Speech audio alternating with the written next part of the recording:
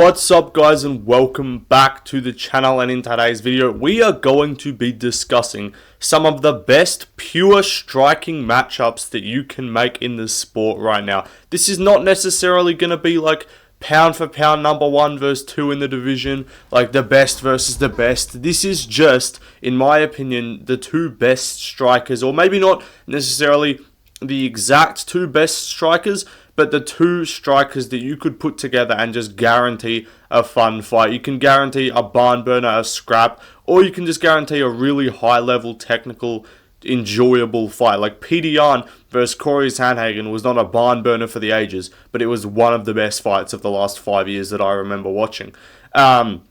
So that's what we're going to be talking about in today's video. You can probably tell by the thumbnail, my main motivation for this is my GOAT, Joshua Van, who recently called out Brandon Moreno for UFC Noche, and as the time of recording this video, about an hour ago, Joshua Van's just tweeted out saying, "Fight news coming soon." No joke, time of recording, he fought at about 11:30 a.m. Australia time. You guys can convert that to American time. It is right now 11:15 p.m. So he's legitimately got another fight booked less than 36 hours after his last fight. This dude is on smoke. This might be the quickest turnaround fight booking that I remember. I remember Damon Blackshear basically got a fight the next week when he fought Bautista. But apart from that, Joshua Van is on some crazy level activity. And we're just going to start there straight away. Without further ado anyway, like and subscribe and all that shit as well. Trying to hit 15k by the end of next week. I don't know, that's probably unrealistic, but if we can do that, that'd be sick. Anyway though, Joshua Van versus Brandon Moreno. This is the fight which, again, I kind of said this is too soon. And I don't, like, not too soon as in I think Van's just going to get washed. I'm going to pick Josh Van to win. Am I, like, contractually obligated to just be picking this dude in every one of his fights from here on out? Yes. But I also do think this is a winnable fight for him. Now, whether it's 3 or 5, does that change my opinion? Not really, because it's not like Van's a guy who I worry about over 5 rounds. It's not like I worry about Moreno snatching up a submission. So to me, and why I love this matchup is 3 or 5 rounds. I honestly think I might even prefer 5 just because Van typically builds into a fight. And Moreno is not a guy who just pushes a crazy pace and just drowns you. Like, he doesn't really do... Who's Moreno, like, pushing a Holloway level pace and drowning late? Like, we just don't really see that in his game. He just kind of strikes technically for the entire fight. And he is very good. And this would be a tough fight for Josh Van. Moreno's not going to be, like, massive compared to him. He's not going to look like Charles Johnson. He's not going to look like Edgar Shires. Now, again, I would consider Moreno a better striker than those two, which is why you would be like, oh, but Johnson technically you could say outstruck Van because he finished him in the 3rd round. I think stylistically it's a different fight, and I also just think Josh Van is so much better. He's 23. He debuted, I believe, at 22 or 21. And he's just getting so much better, because that's what happens. That's why Van is getting so much better. And that's why a guy like Bo Nickel, who came into the sport as just the next fucking future GOAT of the entire promotion, from these dumbass old head, like, American wrestler enthusiasts, all these fuckheads that call themselves MMA analysts, like fucking Chael Sonnen and like Luke Thomas and all these bums, that thought just because this dude won some NCAA title, he was going to be like just elite. And then he got fraud checked because he fought once every fucking 8 months. Joshua Van is fighting once every 2.5, 3 months. I'm not kidding, bro. This dude's schedule, I can recite it off the top of my head. It's been June 2023, November 2023, January 2024. He then had to take a 5-month break because he kept getting fights cancelled. He was booked for April against Jose Ochoa. He was booked for June 1st against Sumidaji. He was then booked against Tatsuro Taira on June 1st. He was then booked against Tagir Olenbekov on June 17th. Finally gets a fight with Charles Johnson July 12th. Didn't go his way. He fought a bit dumb in that fight. Turns around September 12th or September, whatever, 306 September. And then he fights again UFC 310 in December. And then he fights again in March on UFC 313. He fights again in June on UFC 316. And he's about to be fighting on the equivalent, basically, of 319 if you're talking, like, the amount of time between, like 3 months. You would consider that's 3 pay-per-views, but it's just because they're running a second pay-per-view in June. Sorry, I should say. But this dude is going to be fighting again. Turnaround. Assuming it's Moreno on the Noche card. What's that? This June 6th or whatever he fought. July 6th, August. It's basically going to be 3 weeks and a month. So it's going to be or 3 months and a week, I should say. Sorry. So it's going to be about a 10-week. No, that's not maths. Hang on. 3 weeks, 3 times 4, 12. It's going to be about a 13-week gap. So this is not like a crazy, like 1 month fucking turnaround, but still, it's like nuts activity compared to everyone else that exists on the roster right now. But just talking about the fight, Joshua Van versus Brandon Moreno, I do think Van can be competitive in this fight. I don't think he's like severely outskilled. Moreno is a bit crafty, but I think Moreno's hittable. I don't know. I think Moreno's hittable. I'm going to look back at the Steve Erceg fight. I'm not going to talk about many. Like I've got 9 other fights after this. This is the main focus point of the video because I'm excited about this because now it actually seems like it's going to happen. Like after the fight ended, I was like, he wants to stay active. Moreno's the only one in the top 15 who's not booked, so that's probably just going to happen. But let me just I want to get the stats up for Moreno Erceg because yes, Moreno clearly won. But he got, like, Erceg was landing in that fight. Erceg landed 116 significant strikes, landing at 40%. Moreno landed less, but he just landed the more impactful shots, I guess. He kind of rocked Erceg a bit. But I don't know, like, I feel like Van can, like, again, Erceg's a little bit rangy. I feel like Van's, like, pure boxing is better. I think Van's combo work is better. Erceg may be a little bit better from range, and I actually think Erceg would give a Van a tough stylistic fight just because of the distance.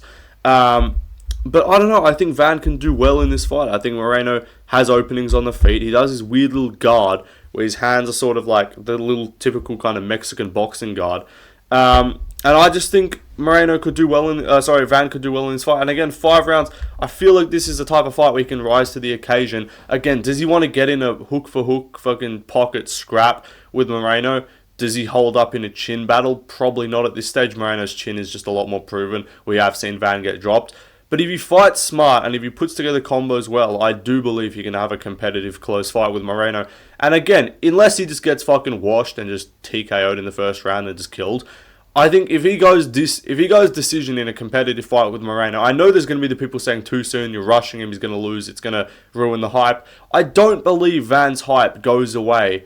This dude's 23 and he'll be 23 when the fight takes place. He turns 24 in October.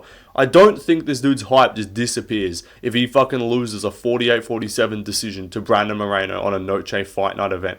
Like, if this dude at 23 years of age main events a fight night against a former multiple-time champion who's had like over 5 title fights, I believe. He's had the 4 with Figgy, he's had the 1 with Pantoja, and then he had an interim title. So this dude's had 6 total title fights, right? And if this dude at 23 fight night main event goes even competitive with him, again, this is not me being like, oh, it'll be just a moral victory. Like, Van will want to win, and if he does, he can just slot right into a title shot because he would be beating the number 2 ranked guy. Again, if you're saying deserve, you can say, oh, he shouldn't be getting the number 2 guy, but schedules map out. Moreno has no opponent for the Noche card unless they do Kyoji. And if Van is telling the truth, which I hope he is, I hope he's not baiting, because otherwise I will not be forgiven. Van, you will not be forgiven. If I'll still be rooting for you in your next fight, but I will be upset if you're baiting us here into thinking you've got a fight booked. But if it is booked, I mean, I assume we'll see it in the next week or 2. Maybe they'll do a whole Noche event announcement. Anyway, though, I've talked for long enough about this fight. I put up a poll on my channel. I'll double check it right now because it's fucking close. And I don't think it's recency bias, genuinely. Like, because if it's recency bias, it would be like 70% Van and you could be like, alright, whoa. Like that's a bit too much, you know? Like, what do you guys comment down below? 5-round fight night main event. And I do believe this is main event worthy of a fight. I think Van trains out of Texas, I'm pretty sure. So it works perfectly. 2K votes, 51% Moreno, 49% Van. What would you make the odds, I think? I think it would open like -180 Moreno, because I think they would just respect him. they would respect him. But I could see Van getting favored. I could even see this closing like -130 Moreno, plus 110 Van. But anyway, sick fight. Would love to see it. Anyway, I'm going to just talk about the rest of these other ones, but this was the main focus of the video, realistically. Anyway, moving on. Sean O'Malley, Piotr Yan, 5 rounds. We need to see this fight again. Now, again, does he deserve it? And if Yan beats McGee, should this be the fight that happens immediately? No, because Yan would deserve a title shot. O'Malley needs to win like 3 more, even. And even if it's Merab, he ain't getting a title shot. But I do believe at bantamweight, these are the 2 best pure strikers. I know O'Malley looked a bit mid in the Merab fight. I do believe, obviously grappling wise, striking wise, even he did get tagged a bit. I still believe if you put O'Malley versus Yan in there, I still think it's a competitive fight. I think Yan wins it, but I just want to see the exchanges here again. Other guys, like there is the Sandhagen, like Sandhagen O'Malley would be cool, but I think Sandhagen's a guy who's more likely to just mix in more grappling. A Song Yadong Sean O'Malley fight, a Song Yadong, but like Yadong Yan and Yadong Sandhagen have happened. I was going to say Song Yadong versus Rob Font. That could also be a very fun fight. Vinicius Oliveira versus really anyone is a fucking fun fight as well. So there are definitely a lot of fights at bantamweight, but we need to see Yan versus O'Malley 5 rounds ran back at some point. That just needs to happen. Anyway, let's move on to the next division. Next up, we're talking pure bangers. We're talking just absolute barn burners. I'm thinking Diego Lopez versus either Yair or Gene Silva, or even Gene Silva versus Yair. It just kind of depends, because Yair in the Pitbull fight was not that entertaining, but I think that was just he knew he was a better striker than Pitbull, and he was just kind of content to just kick him at range a whole bunch. You give this dude someone who actually wants to scrap with him, like you give him an iron chin dude like Holloway, who's just gonna throw hands. Like I think Lopez is the main answer, because I think Gene is like more kind of patient, one shot at a time kind of thing. I think Lopez is just gonna go in there and these two would just scrap. Like this kicker versus just like power boxer. I think this fight would be sick. I love Volk. Volk's incredibly entertaining, but if you're saying like just pure striking fight, you're trying to make a fight of the fucking year candidate, I think this is what you do. I would love to see 5 round main and co-main for Noche, because if we're not getting a fucking September pay-per-view, which they've said we're not, you best fucking hope, and UFC, you best give us a stacked fucking Noche card, and you best give us a stacked Paris card as well. I'm expecting fucking like a Mavov Baralio main event, BSD Gamrot co-main, Ziam versus someone feature fight, multiple other like big fights, and if Aspinall's not fighting Gunn, get Gunn on that card too. Like this is what I'm expecting. 5 round main and co-main, but they're not going to do it because they're going to do Yair Volk. But like this is the level. We need stacked fight nights. If you're not doing a September pay-per-view, no Apex card. You best not give us a fucking Apex card. We better be getting 3 stacked arena fight nights if we're not getting a pay-per-view. And I wouldn't even mind a fight night with like a women's title fight on there as the co-main event. No, but like, okay, maybe if they do like the one on the 20th of September after the Noche card, I wouldn't even mind that. Like, it would never happen. But like, if they did a Weili Shevchenko fight night, I think we would all be accepting of that, to be honest. Anyway, though, both of these fights would be sick. Lopez is just gonna scrap with anyone. So yeah, either of these fights I think are the most exciting, pure striking. Again, these are not saying like the best 2 guys in the division. Like if we're saying the most competitive, high level fight in the division, I'm saying it's Volkanovski versus Evloev. A bantamweight, I'm saying it's Merab Sandhagen or Umar Merab, whatever. Like these kind of fights. But we're just talking pure bangers, pure entertainment value. Anyway, let's move on. Next up, lightweight. It won't happen. And I've got a few here at lightweight. The first one is Ilia Topuria versus Dustin Poirier. Now, I could just put Poirier versus Max, but I'm trying to not do fights that are booked. Again, I know Van Moreno's like about to be booked, but it's not official just yet. But if this fight had been the one, and I actually wouldn't have minded it, like if, because the initial talks of like, oh, Ilia needs to actually win a fight at lightweight before he fights Islam. If we'd gotten Ilia versus Dustin, bro, this fight would be sick. Because, like, Holloway's incredible. Holloway will come to scrap any day of the week. He's, one of the most fun fighters of all time.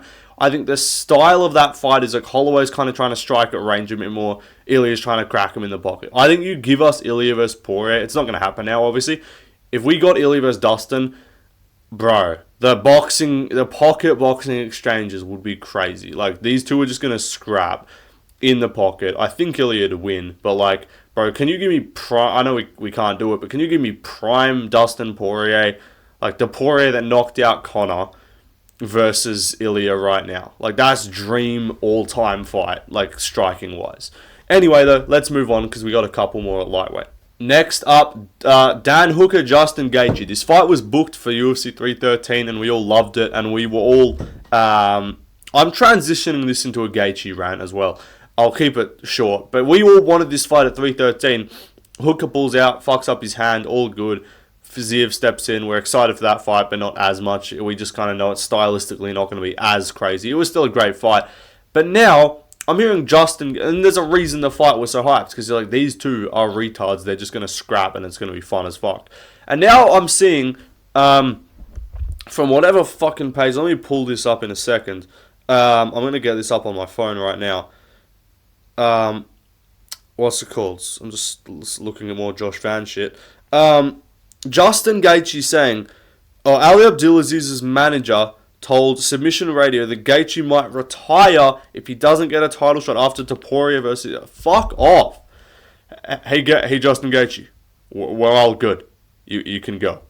Joel Alvarez is here. No. But like, what? Who are you? You're Justin Gaethje. Like, cool, you've given us some scraps. You've lost every title fight you've been in. You've won one fight. You're coming off a singular win. I'm sick. I know Sandhagen's getting a title shot, but that's because no one else at lightweight deserves it. Bantamweight deserves it. There's guys at lightweight deserving it more. Paddy is legitimate. I hate Paddy, and he's more deserving than fucking Ducklip Gaethje. Hate to even use the Colby Covington fucking nickname there because he's cringe, but like, you're giving fucking Big Rufus, shout out Lucas, you're giving Rufus fucking Gaethje a title shot, or he's demanding a title shot off one win. You got face plant KO'd and schooled by Max Holloway, and you beat Rafael Fiziev on short notice. You need another win. You should need two, but you need one to even start talking. Arman deserves it more than you. Paddy deserves it more than you. Fucking Mateusz Gamrot deserves it more than you, bro. Like, he got robbed by Dan Hooker. Dan Hooker's on a longer win streak than you. I don't know, like, what do you mean you might retire? Okay, well then leave, buddy. Like, fuck off then. If you're gonna just turn into an entitled cunt, then you don't just get to demand... Him and Yair, like, Yair as well. One fucking win, dude. You're coming off... Oh, whoa. Got one win by decision. Oh. Fucking roll out the red carpet for you, buddy. You can get a Noche pay-per-view. Nah, never mind. The fucking arena won't accept us. It's not built yet. We couldn't find enough fucking Mexican... They were too lazy, bro. They were taking their day off. But, like... I don't know what the fuck this guy... Kid's a fucking goofball. Just trying to demand a title shot. No fucking chance. After the GFL with you, buddy. We don't need you. Like, what do you mean? Fight Hooker. Fight Arman. Fight Paddy. Fight someone. You should not be allowed to just sit... And again, if you haven't seen this, you should be annoyed. And Justin Gaethje is now becoming an unlikable fighter, which I never thought I would say. But you're demanding a title shot coming off one decision win over number 11 ranked Rafael Fiziev. It's the same as Yair beating unranked Bellator 38-year-old Patricio Pitbull by decision. At least the Gaethje fight was like really fun with Fiziev. But what is this man on about? Do the Dan Hooker fight for fuck's sake. I don't know, summon. Put that on the Vegas pay-per-view. Like, you don't get to just demand the title shot. It should be Arman Tsarukyan. At this point, I know the UFC said that he needed to fight again. Or Paddy. I don't mind Paddy. I think you should make... in my ideal scenario, you would do... you'd do Paddy versus Arman, and you'd do Gaethje versus Hooker. And then winners can you can figure that out from there. Or you would just do all Paddy, Gaethje, Hooker, Arman. That works too. Either combo of that works, except for don't do Paddy, Hooker. That makes... And then Gaethje, Arman. That's kind of retarded. But no, fuck off. Just do fight Dan Hooker and have a scrap and just win probably, and then get a title shot. You don't get to get one off one win. You get and it wasn't even like you got KO'd in a title fight or something. You got KO'd by Max Holloway, who just lost to the guy who's probably about to be the champion. So we're gonna what are we gonna supposed to be hyped up for? Be like, yeah, man, really hyped up for Justin Gaethje versus Ilya Topuria. I wonder how it's gonna go, bro. I wonder how the dude who got pieced up and schooled and slept by Max Holloway is going to do against the guy who just pieced up and schooled and slept Max Holloway. Like, I know it wasn't quite like he didn't piece and school Matt, but like he KO'd Max Holloway. What do you fuck off? Anyway, let's move on. Next up, Esteban Ribovic versus Manuel Torres. This fight needs to happen on that Noche card as well. Mexican versus Argentinian. This is literally just like a repeat, but I'd argue better version of Zellhuber Ribovic. I don't know if it's better or not. It's hard to tell because maybe Torres doesn't quite have the chin of Zellhuber. Maybe, who knows? But this fight would be sick. Ribovic, you know, is just going to come to throw hands, and you know Ribovic has a chin. Torres is a sniper. Torres is fucking, well, not even a sniper. He's just a brute. Like, he's just a fucking cannon. Killed Drew Dober. So yeah, make this fight happen on the Mexico or Noche, Texas, San Antonio card, whatever. I'm in the next video tomorrow. I've got a few videos lined up. Normally I've been sticking to once every 2 days, but I want to get a few videos out, and I want to get Atlanta predictions out later this week too. So I've got a few videos that I'm thinking of. I'm going to do a joint. I won't make them separate because otherwise it'll just like be annoying. I'll do a joint video matchmaking a card for UFC Mexico, or I keep saying Mexico, UFC Noche and the UFC Paris card the week before. So I'm going to do a joint card builder video in one. So expect that tomorrow, assuming everything goes okay. And then after that, I've got a few other videos that I got planned. But if you guys want more videos, let me know in the comments, and I'll probably do the best ones. But this fight would be sick. Like, come on, bro. This is one of the best matchmaker in the business, bro. How do you not make that fight? There's so many options. So lightweight's sick. Like, you could do either of these dudes versus Rufy. That would be sick too. But I think it fits the Noche vibe. You know, you put Ribovic on the Noche card last year, and he had, in my opinion, the fight of the year. I thought that was a better overall fight than Holloway Gaethje without just the moment at the end. They literally threw over. If you get their strike totals that they threw over 1 strike per second. In the third round, I should have clarified that. They threw 306 combined strikes in 300 seconds of round 3. Like, come on, bro. That shit is retarded. So, yeah, rebook this shit. Or not rebook it, but just put it on this card. Anyway, let's move on. Next up, JDM, Jack Della Maddalena versus Joaquin Buckley. Now, before the Prates-Gary fight, you say I would have put Prates versus JDM. I think we need to see another win for Prates for me to do that. But right now, Buckley is on a tear. And you can kind of do any combination of JDM, Buckley, and Prates. I think those are the 3 guys that would just be like sick, pure striking fights to me. Morales is cool, but he's not always a pure striker. He will mix in grappling a lot of the time. But you give me JDM, Buckley. I'm pretty confident JDM would win this, but because I think he's a cleaner, faster, better boxer with more, I would say more actual power. Buckley's probably got more raw power, but this fight would still be sick. This is just big meaty hooks versus small, tight boxing, you know? This is the epitome of, like, different styles. I know JDM, you can't really compare him to, like, a Muhammad Ali type, but, like, this is the real technical guy versus the big brute swinger, you know? Joaquin Buckley. This shit would just be sick, though. These two are just going to trade hands. Buckley's tough. I know he's been chinned before up at middleweight by guys. I think down at welterweight he's shown pretty solid durability. It's weird to say that his durability is better down a weight class, but we haven't really seen him look like in trouble. I mean, he was getting his head kind of pinged around by Wonderboy with kicks, and he seemed alright there. So this fight would just be a banger. Like, JDM I think would win pretty easily, but you can't tell. Like, if you're looking pure striking fight, this is the type of thing that I'm going for. Anyway, let's move on to the next matchup. Next up, middleweight. Now, I didn't know where to go for middleweight, so a lot of you guys might be confused. Be like, I don't know what the fuck this guy... Kapolov versus Amat. Yeah, what the fuck is this guy doing? But if you look at middleweight, I'm reading out the top 15. I know you can go unranked. If you want unranked, I did have Joe Pyfer versus Gregory Rodriguez here before, because I think that's just a banger. That's just someone waiting to get KO'd. But I wanted to kind of keep it to more ranked guys. And I also was just like, I don't know, there's a chance that someone just grapples or someone, I guess. But ranked fighters at middleweight. DDP I don't really count because you can't guarantee he's just going to strike the whole time. I know you can't guarantee Malva's going to strike the whole time, but I think you give him Kopolov, he probably does. Strickland at this stage, we just can't rely on him to be fun. Hamzat's going to shoot for dear life. Izzy's just going to try and point fight Whitaker, similar enough, but just a higher output. Baralio will mix in grappling. Cannonier's another guy you could put in, but we've seen a Mavov Cannonier. So, I mean, you could say, and Cannonier against, like, he had a great fight with Robocop, but a lot of his fights are kind of mid. And now I know Mavov a lot of time isn't exciting, but there's something about, but apart from that, it's like Dolidze, Hernandez, Vittori, Allen, Costa, Dorita, Kopolov. So, like, if you want to say Roman Kopolov versus Marvin Vittori just because he's going to tune him up and put a fucking significant strike record on his head, I wouldn't dispute that. But if you're looking just like, I don't know, something about Kopolov and a Mavov. I think they're very similar style of strikers. Lots of kicks. I think Mavov's better with the hands for sure. But, like, I don't know, something about this fight, I think this would be sick, and they would just kind of forget about being range. Like, if you put two range kickboxers together, sometimes it ends up being shite, and then sometimes they're both. But these two aren't, like, really, like, counter back foot strikers. They're both kind of, like, they're on the outside, but they're tuning you up. So I think these two would have a really technical, exciting, maybe not like barn burner, but, like, yeah, like a Peter Yan, Sandhagen-esque fight, I would say. Let's move on, though, to the next one.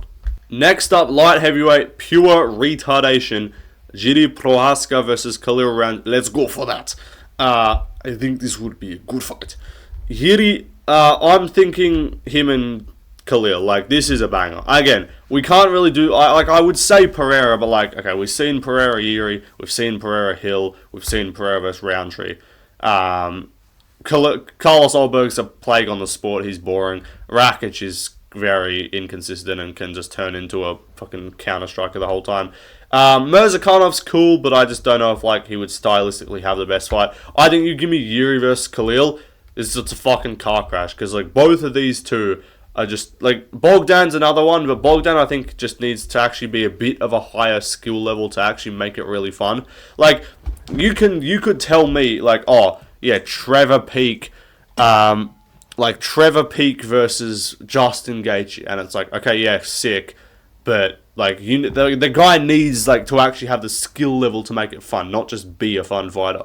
Like, that's why you stick to unranked versus unranked, and then top 5 or top 10 versus top 10. But, I don't know, this fight, I don't have to sell you all on this, you guys know this would be a fucking banger. Like, Yuri's just going to be throwing spinning elbows and goofy shit, and I think Yuri would win this comfortably, because I don't think, I think to beat Yuri, you either just have to have crazy, like, Pereira power, but with precision as well, which I don't think Khalil does. I'm back and forth on who I'm going to pick with Khalil and Jamal Hill. I haven't made up my mind yet. But the Hill-Yuri fight was sick. I just think it's impossible to make Yuri boring. The only one I could see doing it is Uncle Live if he just smudges him. But nah, this fight would be a fucking absolute marauder battle. Absolute badass fight, kid, let me tell you. If what's it called? Khalil beats Jamal Hill, I want to see this fight next. Because unless you just do Yuri Uncle Live. But if they are doing Yuri Pereira, I want to see Yuri versus... If they're doing Pereira Uncle Live rematch, I want to see them do Yuri versus Khalil. Anyway, let's move on. Next up, we got Tom Aspinall, Alexander Volkov. Heavyweight's an interesting one. And again, I could cheese it and just do some blobs and just be like, yeah, Tai Tuivasa versus Derek Lewis 2.